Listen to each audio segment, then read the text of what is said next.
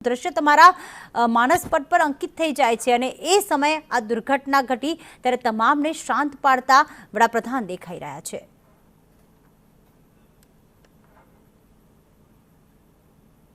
ત્યારે બે એવા દ્રશ્યો વડાપ્રધાન નરેન્દ્ર મોદી સૌથી પહેલા અમદાવાદ એરપોર્ટથી દુર્ઘટના સ્થળની મુલાકાતે પહોંચ્યા હતા। મેઘાણી નગરનો એ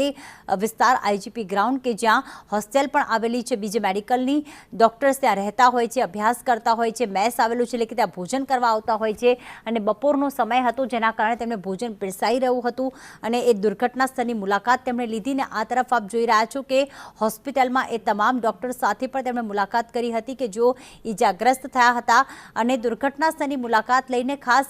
જે તપાસ કરવામાં આવી રહી છે ડીજીસીએ દ્વારા, એર ઇન્ડિયાના એવિએશન વિભાગ દ્વારા, એન્જિનિયર્સ દ્વારા એમની પણ ખાસ માહિતી મેળવી હતી, નિરીક્ષણ કર્યું હતું કે એ વખતે કેવા દ્રશ્યો જોવા મળ્યા હશે, એ વખતે કેવો કાટમાળ જોવા મળ્યા હશે કારણ કે જગ્યા જગ્યાએ ગેસ સિલિન્ડર જોવા મળી રહ્યા છે કારણ કે ઈંધણ તો હતું જ 1.25 લાખ લીટર જેટલું, પરંતુ સાથે સાથે ઈંધણ અને આગના કારણે જે મેસમાં જે ગેસ સિલિન્ડર પડ્યા હતા તે પણ એક બાદ એક ફાટવા લાગ્યા હતા જેના કારણે આગે વધુ વિકરાળ સ્વરૂપ ધારણ કર્યું હતું। અને બીજી તરફ હોસ્પિટલના દ્રશ્યો કે જ્યાં ઘાયલો સાથે પણ તેમણે મુલાકાત કરી હતી ને તેમને એક સાંત્વના આપી હતી ને એક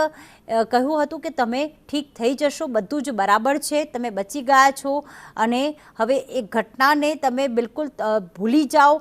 આઘાતમાં ન રહો અને બસ સારવાર લો અને ઠીક થઈ જાઓ, બસ એ સાંત્વના આપી વડાપ્રધાન નરેન્દ્ર મોદીએ એક એક દર્દીઓ સાથે વાતચીત કરતા આ દ્રશ્યો દેખાઈ રહ્યા છે। અને બીજો એક વચ્ચે અમે આપને આ વિડીયો બતાવી રહ્યા છીએ કે જે વિડીયો જે છે એ જાહેર કરવામાં આવ્યો અને જે સમયે ઉડાન ભરી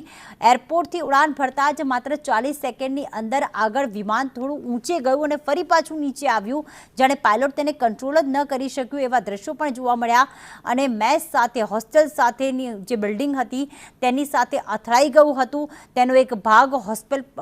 જે હોસ્ટેલ હતો તેમાં નીચે પણ પડી ગયો હતો જેના કારણે ન માત્ર મુસાફરો પરંતુ સાથે સાથે મેસમાં ભોજન કરી રહેલા એ તમામ ઇન્ટર્ન ડોક્ટર્સ ઇજાગ્રસ્ત થયા, મૃત્યુને ભેટ્યા અને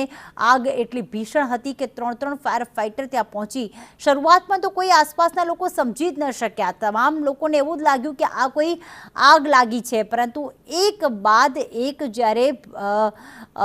અવાજ આવ્યા, કોઈ કહી રહ્યું છે કે બોમ્બ ફૂટ્યો, એટલો મોટો અવાજ આવી રહ્યો હતો, કોઈને એવું લાગ્યું કે કોઈ આતંકવાદી હુમલો તો નથી થઈ ગયો ને, બધા લોકો વિચાર કરતા રહી ગયા કે આખરે શું થઈ રહ્યું છે કારણ કે 2-2 કિલોમીટર દૂર સુધી આગના ગોટે ગોટા દેખાતા હોય, ધુમાડા દેખાતા હોય, આખું આકાશ કાળું થઈ ગયું હોય ત્યારે લોકો સમજી વિચારી પણ ન શકે અને એવામાં એક બાદ એક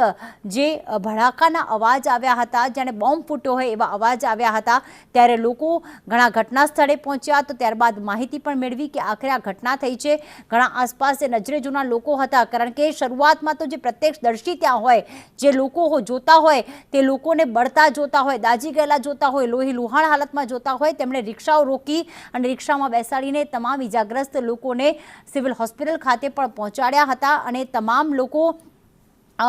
એ વખતે એમણે મજબૂતાઈથી આખી આ ઘટનાનો સામનો કર્યો અને ત્યારબાદ ફાયર બ્રિગેડને જાણ કરવામાં આવી, પોલીસને આ અંગેની જાણ કરવામાં આવી અને હાલમાં જે દ્રશ્ય આપણે બતાવી રહ્યા છીએ કે જ્યાં વડાપ્રધાન નરેન્દ્ર મોદી દર્દીઓ સાથે વાતચીત કરતા દેખાઈ રહ્યા છે તો બીજી તરફ દુર્ઘટના સ્થળની મુલાકાત પણ તેમણે લીધી હતી અને એવિએશન વિભાગ સાથે વાતચીત કરી હતી કે આખરે ખરેખર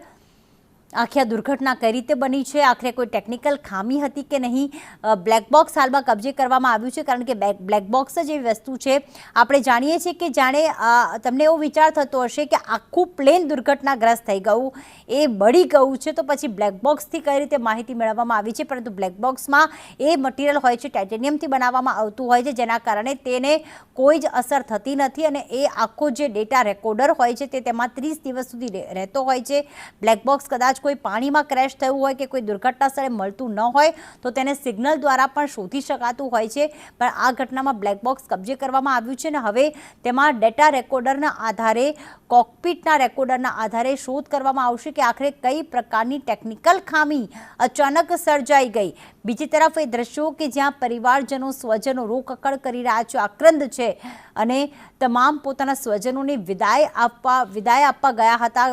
એરપોર્ટ પર મૂકવા ગયા હતા પરંતુ આખરે સી ઓફ કરવા ગયા હતા, પણ આખરે આ જેમની સફર અંતિમ સફર થઈ જશે, આ પ્રવાસ તેમનો અંતિમ પ્રવાસ થશે, ત્યાં કોઈને ખબર હતી, પરંતુ કાળનો ભોગ બન્યા છે આ તમામ હતભાગીઓ અને હાલમાં સ્વજનો માત્ર આક્રંદ સિવાય કશું જ નથી કરી શકતા. તે આક્ષેપ પ્રત્યે આક્ષેપ પણ કરી રહ્યા છે કે શું એર ઇન્ડિયાને ખ્યાલ નહોતું કે આટલી ટેકનિકલ ખામી હોય તો પછી ઉડાન શા માટે ભરવામાં આવી? પણ એ સમય હવે નીકળી ગયો છે, કારણ કે સમય તપાસનો છે. સમય એ તમામ સ્વજનોને હવે અંતિમ વિદાય આપવાનો છે કે જેમણે પોતાના પરિવારજનો ગુમાવી ચૂક્યા છે, અને એ સમય છે તમામ ઈજાગ્રસ્તો માટે પ્રાર્થના કરવાનો કે જેઓ હાલમાં સારવાર લઈ રહ્યા છે. આપને દ્રશ્યો બતાવી રહ્યા છીએ, ડૉક્ટર પાસેથી માહિતી મેળવી રહ્યા છે વડાપ્રધાન નરેન્દ્ર મોદી, અને આ ખાસ એ વ્યક્તિને પણ મળ્યા, એ મુસાફરને પણ મળ્યા કે જેનો એક માત્ર મુસાફર એવો છે કે